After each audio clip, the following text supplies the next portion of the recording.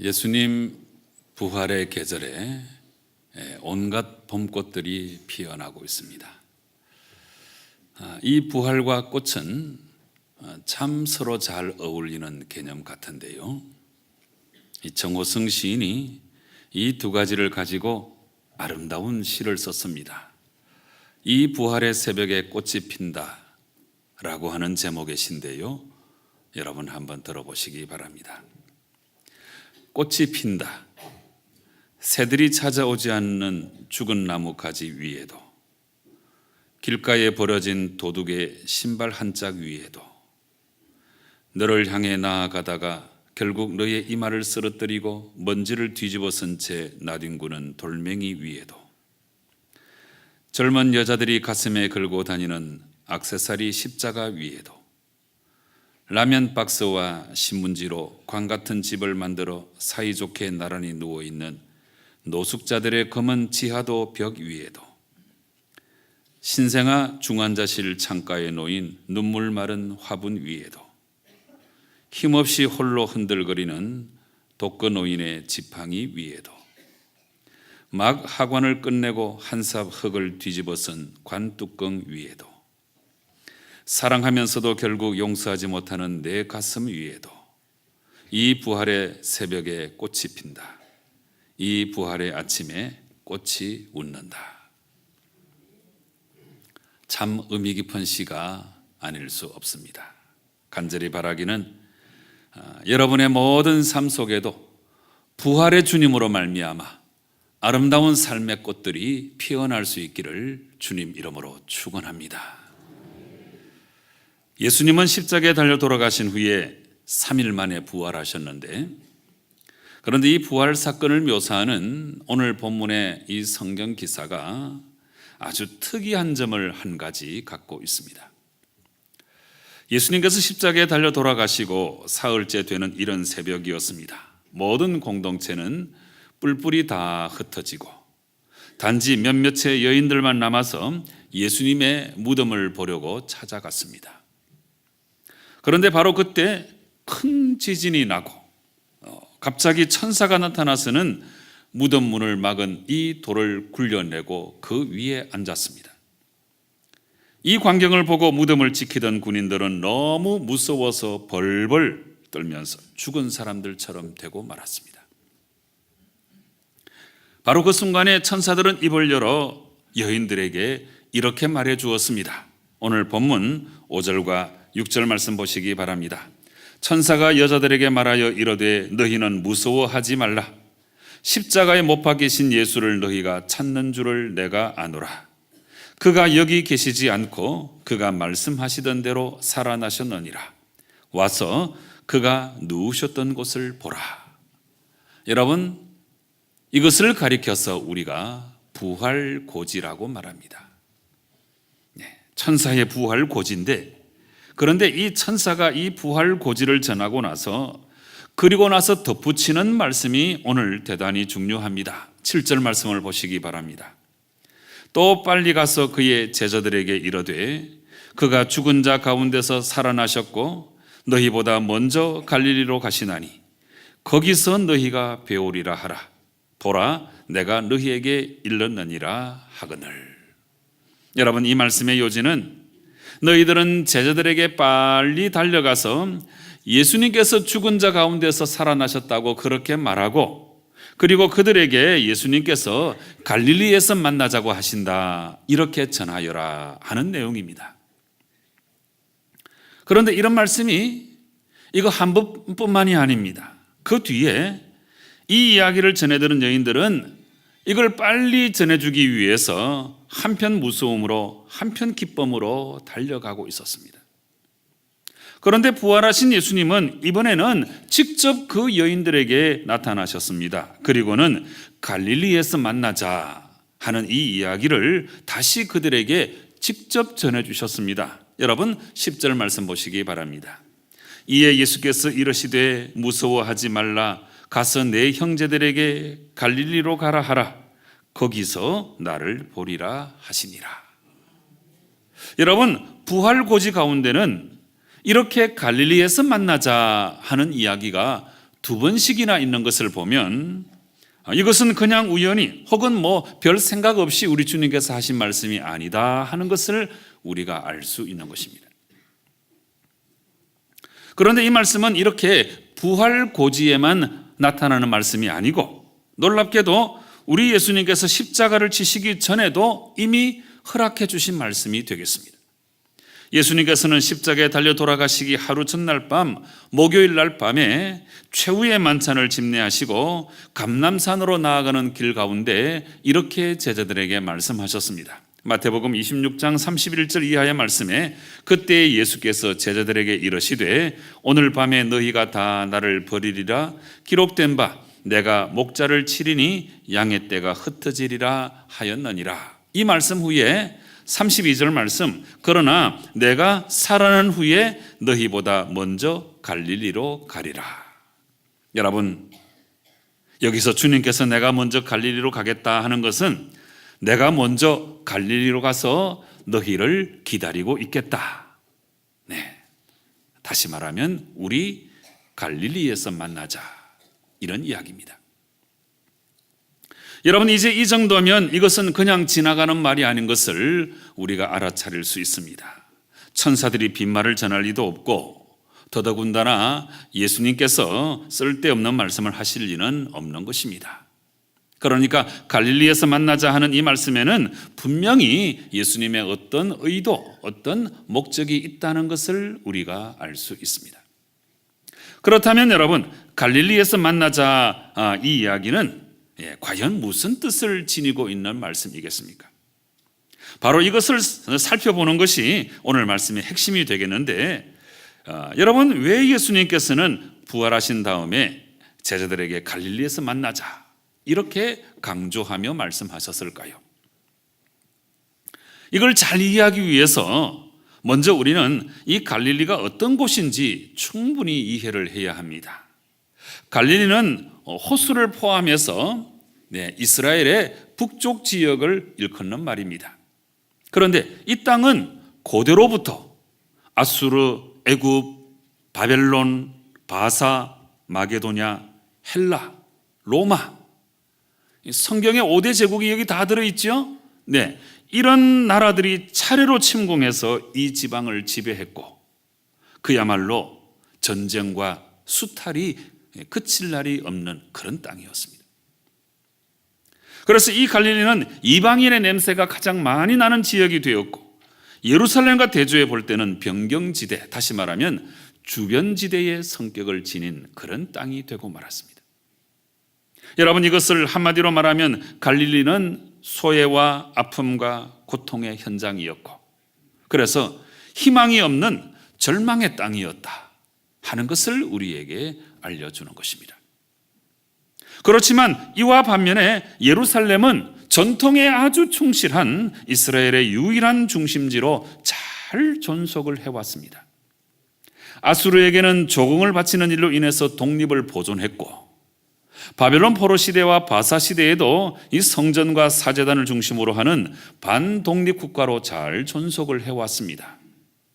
그래서 전통적 유대교의 중심지인 예루살렘과 수세기 동안 수탈의 대상이 된 이 갈릴리의 차이는 시간이 갈수록 더욱더 현격하게 벌어졌고 그 이후로 헬라 왕조와 예수님 당시에 로마에 이르면서 더욱더 현격한 차이가 나게 되었던 것입니다.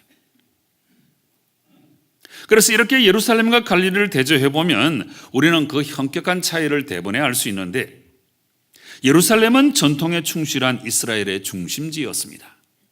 이스라엘은 종교 사회이기 때문에 종교의 중심은 곧 모든 것의 중심이라 할 수 있습니다. 반면에 갈릴리는 지방이었고 소외되어 있는 변경지대였습니다. 여러분 이런 차이는 요한복음의 두 구절만 우리가 읽어보아도 대번에 알 수 있습니다.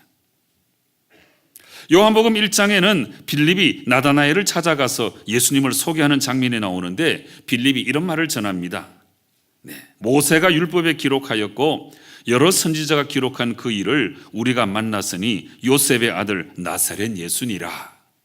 이렇게 빌립이 전해주니까 이 말에 대해서 나다나엘이 뭐라고 대답하는가 하면 46절에 이렇게 나와 있습니다. 나다나엘이 이르되 나사렛에서 무슨 선한 것이 날 수 있느냐, 이런 말을 했어요. 여러분, 이 나사렛은 이 갈릴리 지역의 아주 중요한 성읍 중에 하나입니다. 그런데 나사렛을 이렇게 폄하하는 것은 갈릴리 전체 지역을 폄하하는 것과 똑같은 표현입니다. 그 다음에 한 군데 더, 요한복음 7장에는 예수님의 대적자들이 아주 노골적으로 예수님을 반대하는 장면이 등장하고 있습니다. 예수님은 초막절에 유대 예루살렘에 올라가셨는데, 그런데 거기서 예수님을 반대하는 적대자들과 직면하게 되었습니다. 반대자들은 끊임없이 예수님을 잡아 죽이려고 혈안이 되어 있었는데, 그런데 그 중에서 니고데모라고 하는 사람은 아주 신실한 사람이어서 예수님을 오히려 변호하였습니다. 바로 이때 예수님의 대적자들이 이 니고데모의 말에 동의하지 아니하고 이제 오히려 역정을 내며 이런 말을 하고 있습니다. 너도 갈릴리에서 왔느냐? 찾아보라. 갈릴리에서는 선지자가 나지 못하느니라. 이렇게 말하고 있습니다. 여러분, 이런 생각들은 그 당시 이스라엘 사람들이 일반적으로 가지고 있었던 생각들이었습니다. 무슨 갈릴리에서 선한 것이 나겠느냐? 갈릴리에서는 선지자가 나지 못한다. 이런 생각들을 이스라엘 백성들은 일반적으로 갖고 있었다 하는 것입니다. 여러분, 이런 말들 속에서 우리는 얼마나 갈릴리가 소외당하고 얼마나 무시당하고 얼마나 절망이 가득한 지역이었는가 하는 것을 알 수 있는 것입니다. 그래서 예루살렘은 종교, 정치, 경제, 문화 모든 것의 중심지였고, 그래서 부와 권력이 집중되어 있는 곳이었지만 갈릴리는 이런 것들로부터 철저하게 소외되어 있는 지역이었고, 모든 것을 다 잃어버리고 어쩌면 다시 시작할 수 있는 희망조차 없는 곳이 바로 갈릴리였다. 이렇게 분석할 수 있습니다. 그런데 여러분, 우리 예수님은 바로 이 갈릴리를 너무나 사랑하셨다는 사실입니다. 예수님의 일생의 대부분을 이 갈릴리에 머무시면서 하늘나라의 복음을 전파하시고 어떻게 해서든지 참다운 삶을 살도록 가르치며 깊은 애정을 쏟아부으셨습니다. 그러니까 세상은 갈릴리를 포기하였고 절망으로 몰아넣었지만 그 포기한 갈릴리를 우리 주님은 결코 포기하지 않으셨다 하는 사실입니다. 그래서 예수님은 이 갈릴리의 땅에서 이 갈릴리의 사람들에게 참 삶의 길을 보여주셨고, 그들과 함께 더불어서 새로운 하나님 나라의 운동을 감당하신 것입니다. 그래서 예수님은 부활하신 후에도 절망이 가득한 땅 갈릴리를 절대로 포기하지 아니하시고, 바로 그 땅에서 제자 공동체를 다시 회복시켜 주시려고, 다시 희망의 존재로 만들어 주시려고 우리 갈릴리에서 만나자, 이 말씀을 해주신 것입니다. 여러분, 우리가 요한복음 21장을 보면 예수님께서 갈릴리에서 만나자고 하신 이유를 분명히 발견할 수 있습니다. 예수님께서 십자가에 달려 돌아가신 다음에 제자들은 뿔뿔이 흩어졌고 이리저리 돌다가 다시금 그 옛날 그 삶의 현장으로 되돌아가 버리고 말았습니다. 그래서 그 갈릴리 바닷가에 7 제자가 모였는데 어깨는 축 늘어졌고 얼굴에는 실망과 좌절이 가득하였습니다. 그때 베드로가 무거운 입을 열어서 이렇게 말하였습니다. 나는 물고기 잡으러 가노라. 여러분, 이게 기가 막힌 소리가 아닙니까? 물고기 잡으러 가다니요, 사람을 낚는 어부가 되게 하시려고 예수님이 불러주셨고 3년 동안 온 정성을 다해서 가르쳤는데 이제 와서 정작 하는 말이 나는 물고기 잡으러 가노라 그랬으니까, 여러분, 이게 기가 막힌 소리가 아니고 무엇이겠습니까? 여러분, 베드로는 완전히 실망하였고 완전히 옛날로 되돌아가 버리고 만 것입니다. 그리고 이 말에 맞장구를 치면서 나머지 제자들도 이렇게 대답하였습니다. 우리도 함께 가겠다. 네, 여러분, 바로 이 모습이 지금 갈릴리에 있는 제자들의 모습입니다. 완전히 실망하고 완전히 절망에 가득 찬 모습이죠. 예수님의 십자가 사건 이후에 그들은 바로 이런 모습으로 이 갈릴리로 돌아왔던 것입니다. 사랑하는 성도 여러분, 어쩌면 오늘날 우리들도 이와 같은 갈릴리의 삶을 살고 있는 것이 아닌가 생각합니다. 참 산다고 하는 것이 정말 쉽지가 않고 살아가면 살아갈수록 힘들다고 하는 것을 느끼지 아니할 수 없습니다. 그 힘겨운 삶을 붙들고 우리는 지금도 수없이 갈릴리의 경험을 하고 있는 것입니다. 육신의 질병이 엄습하고 수많은 관계 속에서 아픔을 겪고 마음에 계획한 것은 내 뜻대로 잘 풀리지를 않고 어떤 때는 해도 안 될 때가 있고, 그래서 그야말로 우리는 지금도 날마다 이 갈릴리의 경험을 하면서 살아가고 있는 것입니다. 그러나 사랑하는 성도 여러분, 오늘 온갖 봄꽃들이 피어나는 이 부활의 계절에 여러분은 분명히 기억하시기 바랍니다. 십자가가 끝인 줄로 알고 실망과 좌절에 가득 차서 소외와 절망의 땅으로 내려가 버린 그 제자들에게 우리 주님은 말씀하신 대로 그 갈릴리에서 그들을 다시 만나 주셨습니다. 내가 살아난 다음에 너희보다 먼저 갈릴리로 가겠다. 거기서 만나자. 이렇게 말씀하신 대로 우리 주님은 분명히 갈릴리에서 그들을 만나 주신 것입니다. 나는 물고기 잡으러 가노라. 우리도 함께 가겠다. 이렇게 말하면서 완전히 실망해서 그 옛날로 돌아가 버린 그 실망과 좌절의 현장에 우리 주님께서 기어코 나타나셨습니다. 바로 그 자리에서 주님은 다시 많은 물고기를 잡게 해주셨고, 그리고 주님 자신의 부활체를 보여주시면서 이 제자들을 다 회복시켜 주셨습니다. 특별히 주님을 3번씩이나 부인했던 이 베드로에게 네가 나를 사랑하느냐 3번 물으시면서 그 배신, 그 절망, 그 상처까지도 완전히 치유해 주셨습니다. 사랑하는 성도 여러분, 오늘도 예수님은 갈릴리와 같은 현장에서 힘겹게 살아가고 있는 우리들에게 직접 찾아오셔서 궁극적인 위로와 소망으로 우리를 위로하시고 온전히 우리를 회복해 주시는 주님이심을 분명히 믿으시기 바랍니다. 믿으시기 바랍니다. 사랑하는 성도 여러분, 오늘 여러분도 진실로 그러므로 부활의 주님을 꼭 만나야 합니다. 그분을 만나지 아니하면 아무 소용이 없어요. 여러분, 그분을 만나면 우리 가운데는 실망과 좌절이 다 물러가고 기쁨과 소망이 넘치게 되는 것입니다. 여러분, 이제 우리가 죽어도 산다고 하는 것은 너무나 자명한 사실입니다. 부활하신 주님이 이 일의 보증이 되시는 것입니다. 그분은 죄와 죽음의 문제를 완전하게 해결해 주셨습니다. 그러므로 이제 우리는 죽어도 좋은 사람들입니다. 죽어도 다시 살 사람들입니다. 여러분, 사실은 이런 사람들이 제일 무서운 사람들이 아니겠습니까? 히브리서 기자는 이런 사람들을 가리켜서 세상이 감당치 못하는 사람들이라고 말하고 있습니다. 우리는 그와 같은 사람이 된 줄로 믿으시기를 바랍니다. 세계 7대 불가사의 중에 하나인 이집트의 피라미드는 애국왕 바로의 거대한 무덤입니다. 아무리 대단해도 그것은 무덤입니다. 무덤. 중국 산동성에 가보시면 공자와 그 가족의 무덤인 공림이 있어요. 공림. 네. 공자의 무덤. 네. 저도 여기 가봤어요. 세계 최대의 가족 무덤입니다. 인도의 아소카 왕은 석가모니의 유골을 가루로 만들어서 인도 전역에 무려 8만 4천 개의 탑을 만들고 그 안에 안치하였습니다. 말하자면 절에 있는 모든 탑은 석가모니의 무덤인 셈입니다. 한국에도 석가모니 유골을 모신 탑이 있다고 하지. 이슬람교의 창시자 마호메트의 무덤은 사우디아라비아의 메카에 있고 해마다 수백만 명의 이슬람 교도들이 이 메카를 찾아 참배하지. 우리나라에는 조선 왕조 왕들의 무덤들이 서울 전역에 널려 있어요. 태릉 가보셨어요? 동구릉, 헌인릉, 서원릉 그런 곳에 널려 있고 국립묘지에는 우리 역대 대통령들의 무덤이 있습니다. 그런데 여러분, 이 세상에 예수님의 무덤은 없습니다.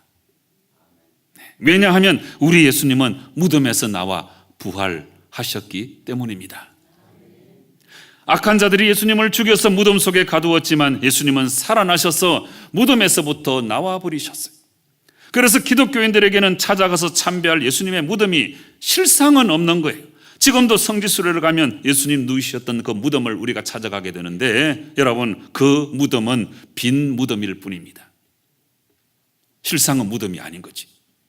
여러분, 이 사실이 우리에게 무엇을 말해주고 있습니까? 우리 기독교는 살아있는 생명의 종교라는 사실입니다. 그렇습니다. 예수님은 지금도 살아계십니다. 예수님은 지금도 살아계셔서 우리 가운데 역사하시는 분입니다.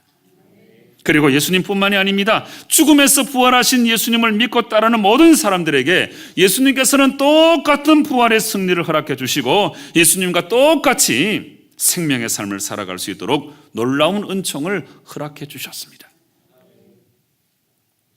이렇게 십자가에 죽으시고 부활하심으로 말미암아 예수님은 우리 인간들이 스스로 해결할 수가 없는 영원한 숙제, 이 두 가지 문제를 완전하게 해결해 주셨습니다. 첫째는 우리의 모든 죄를 짊어지고 십자가에 죽으심으로 말미암아 그 지긋지긋한 죄악의 문제를 말끔하게 해결해 주셨습니다. 둘째는 죽은 지 사흘 만에 부활하셔서 우리 인생의 최대의 원수, 이 죽음까지도 정복하시고 이기시고 다 해결해 주셨습니다. 사랑하는 성도 여러분, 그러면 이제 끝난 것이 아닙니까? 그렇습니다. 이제 그 지긋지긋한 죄와 죽음의 문제가 완전히 해결되고 완전히 끝나버린 것입니다. 그것은 우리 예수님께서 십자가에 죽으시고 부활하셨기 때문입니다.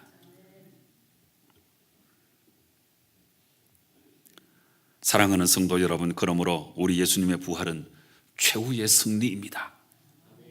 네, 우리 예수님의 부활은 생명의 부활입니다.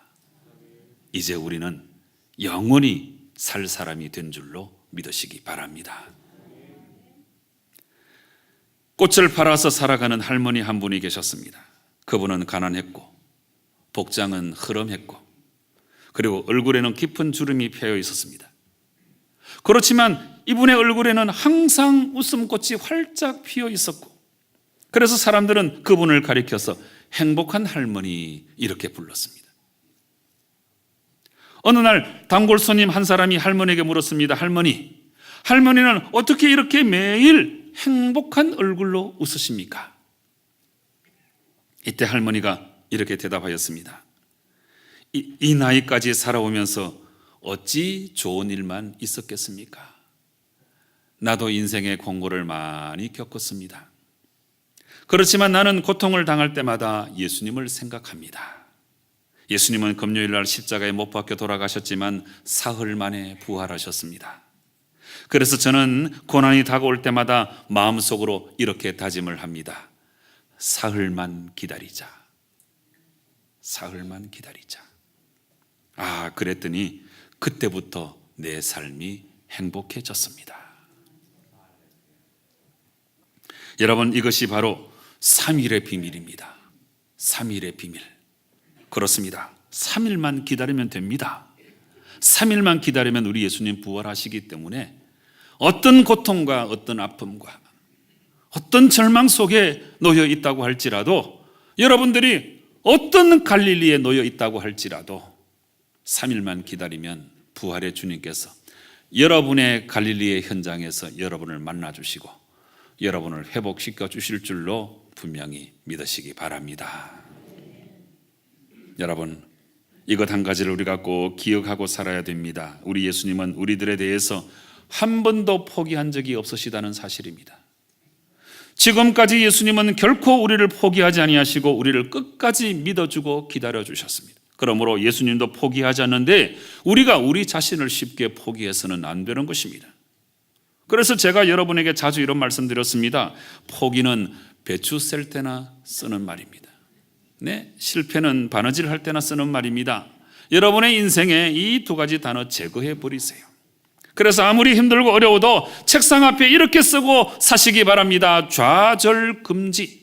네, 여러분, 이거는 우리 결심으로 그렇게 하겠다는 것이 아니고 우리 예수님께서 보증해 주신 우리 주님의 분명한 약속입니다. 절망할 필요 없습니다. 좌절할 필요 없습니다. 여러분, 그렇게 분명한 주님의 약속이 오늘 본문에도 나와 있는 것입니다. 지금 주님은 우리에게 이렇게 말씀하십니다. 갈릴리에서 만나자. 그렇습니다. 실망과 좌절과 소외와 고통이 있는 바로 그곳, 바로 그 갈릴리에서 부활의 주님은 우리를 만나 주시고 그 사람들을 온전히 회복시켜 주셨습니다.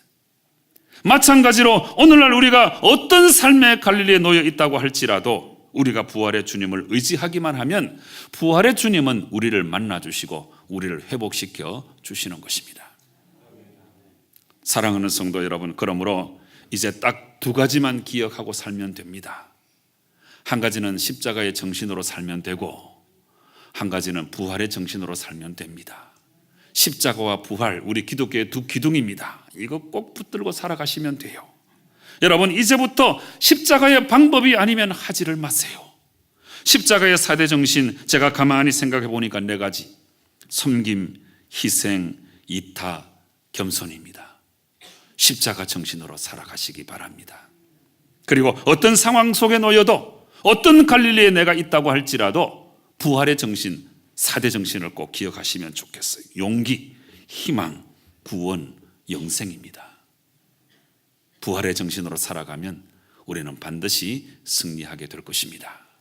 지금 여러분들이 어떤 삶의 갈릴리에 놓여 있다고 할지라도 그곳까지 우리 주님은 찾아오십니다. 부활의 주님을 그 갈릴리의 현장에서 꼭 만나시고 회복되시고 날마다 승리하시는 성도 여러분 꼭 되시기를 주님 이름으로 축원합니다. 기도하시겠습니다. 아버지 하나님, 감사합니다. 부활의 주님, 우리 가운데 오셔서 우리를 만나 주심을 우리가 분명히 믿게 도와주시옵소서. 내가 어떤 갈릴리에 놓여 있다고 할지라도 그 갈릴리에 찾아오셔서 우리를 회복시켜 주시고 힘을 더하시고 은총을 더하시고 다시금 승리케 하심을 우리가 분명히 믿고 십자가의 예수님, 부활의 예수님 기억하고 날마다 승리의 삶을 살아가는 저희들 되게 역사하여 주시옵소서. 예수님의 이름으로 기도드리옵나이다. 아멘.